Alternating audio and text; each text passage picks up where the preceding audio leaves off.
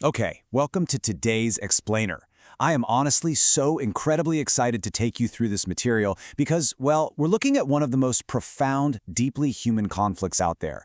It's the devastating personal price of keeping the peace. I mean, have you ever felt that immense pressure to just yield, to kind of shrink yourself down so that everyone else in the room can just be comfortable? Today, we're analyzing two fascinating stories from our sources that show us exactly what happens when that sacrifice goes just a bit too far. So really think about this for a second. What happens when you give up everything you are just to keep the peace? It sounds noble, right? I mean, we're basically taught that sacrifice is the ultimate expression of love and duty. But as you'll see today, when that sacrifice ends up costing you your autonomy, your voice, and your very identity, well, the peace you buy is actually just a totally different kind of haunting. Okay, let's dive into this, because we actually have two seemingly completely different subjects today that perfectly mirror each other. First up, we have Vida. She's a modern working professional, incredibly passionate about her career, who finds herself buckling under the immense weight of her family's demands. And then, mirroring her, we have the legendary 200-year-old village of Kuldara in Rajasthan. Two vastly different worlds, separated by centuries, yet both are crushed by the exact same insurmountable external pressure, the pressure to protect their families at the absolute cost of themselves. Which brings us to Act 1, the cost of peace, the pressure to conform. Both of our subjects are pushed into a tight corner by forces demanding they surrender what they value most. Just look at Vida's exhausting daily reality. She is surviving back-to-back office meetings and tight deadlines. She's waking up at the literal crack of dawn to prep breakfast and a lunch curry. Then she commutes home, absolutely drained, only to immediately start cooking dinner while her mother-in-law complains that the food is rushed and bland. Oh, and right as she's about to rush out the door to avoid getting yelled at by her manager, her mother-in-law demands she stop everything to make a cup of tea. You can almost physically feel her suffocating exhaustion here. Her husband, Rohan, and her mother-in-law are just relentless, building this narrative that her job is what's destroying the family's peace. Meanwhile, look at the terrifyingly fast escalation in the Kuldahara legend. This all happens across a single catastrophic day. In the morning, Chief Raghava is bursting with pride, declaring that their hard work has built a village no one can ever take away. But then, by the afternoon, this cruel envoy from the kingdom's minister arrives, demanding these exorbitant taxes. By evening, the envoy's sinister gaze falls upon Raghava's daughter, Gauri, and, by nightfall, the ultimate ultimatum is delivered. Hand Gauri over by sunset tomorrow, or the entire village will be wiped off the map. It's a massive, terrifying pressure cooker. Now, going back to Vida, the pressure reaches an absolute boiling point.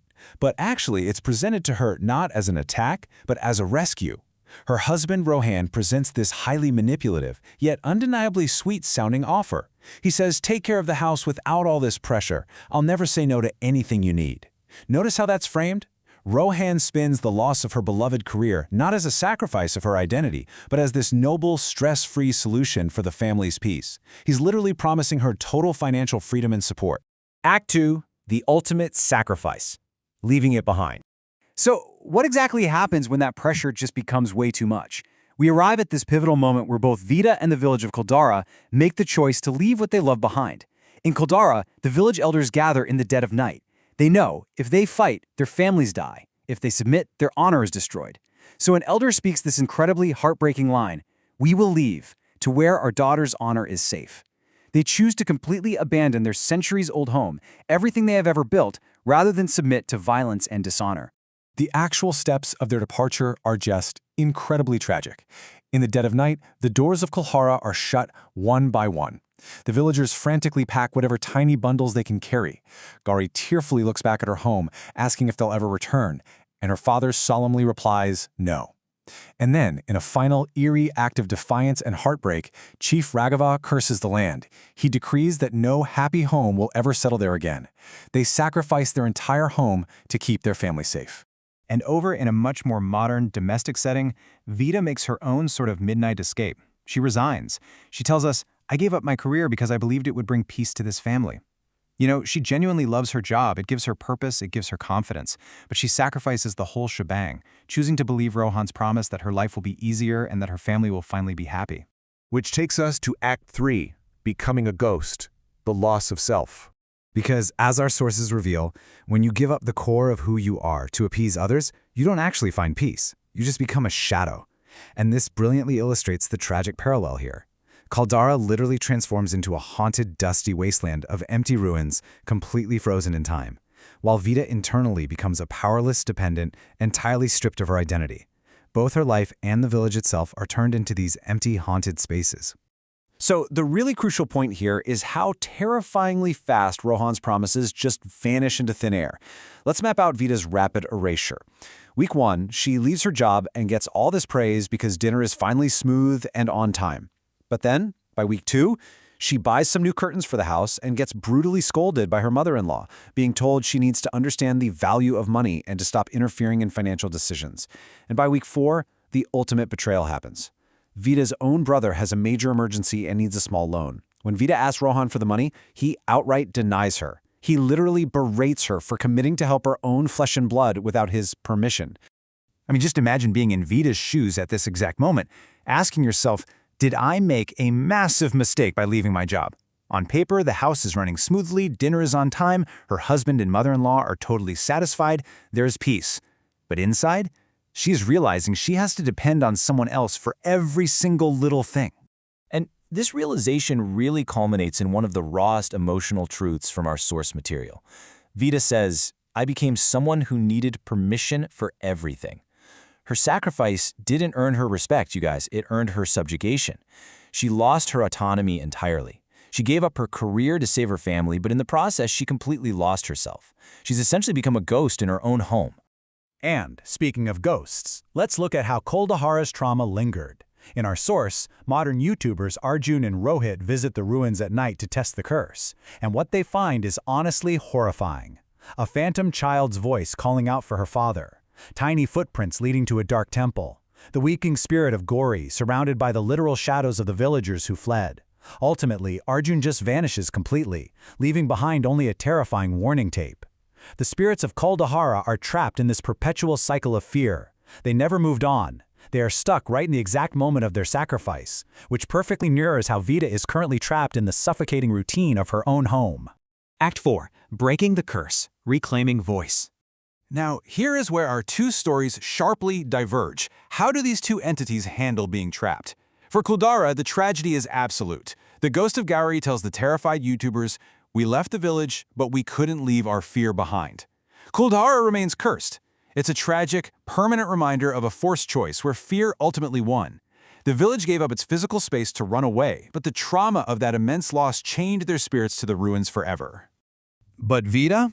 Oh, Vita is a different story entirely. She looks at the emptiness of her days, she looks at the absolute disrespect from a husband who promised to support her, and she makes a firm choice. Vita refuses to let her life become a wasteland. She decides with absolute conviction that she will absolutely not remain a ghost in her own story. She's going to fight back. Let's move to the next part and see how this builds, because her steps to reclaim her agency are just incredibly empowering. Step 1. Vita secretly applies for a new job. She doesn't ask permission, she just does it. Step 2. She gets the official confirmation. Step 3. She calls a family meeting and firmly confronts Rohan and her mother-in-law. And step 4, the best part, she doesn't ask if she can go back. She simply announces, as a matter of pure fact, that she is returning to work on Monday. When her husband acts all shocked and accuses her of going back on their so-called agreement, Vita delivers this incredibly powerful speech. She just lays bare the entire emotional truth of her subjugation. She tells him, "When I wanted to buy something for myself, I felt guilty. Do you know what hurt the most? Not the money, the realization that I slowly stopped having a say in my own life." Right? It was never actually about the curtains or the loan to her brother. It was about the fact that her very voice had been systematically erased under the convenient guise of family peace. And she ends the conversation with this remarkably simple, bold declaration. She tells them she will still love and care for the family, absolutely, but she will not give up herself to do it. She's going back to work, not because I need the money, because I need my identity back. It's this triumphant, defining moment where Vita essentially shatters the curse that was placed upon her. She reclaims her identity, proving once and for all that true peace in a family cannot be built on the graveyard of someone's dreams. Vita's story is such a powerful reminder that while sacrifice is definitely a part of life, sacrificing your very self is a price way too high to pay. The villagers of Kuldahara lost their home and became trapped by their fear, but Vida, she chose to face the conflict head-on to win back her soul. So, I want to leave you with this final provocative thought. Take a look at your own life. What parts of your own identity have you sacrificed just to keep someone else's peace? And more importantly, isn't it about time you took them back? Thank you so much for joining me for this explainer, and I'll catch you next time.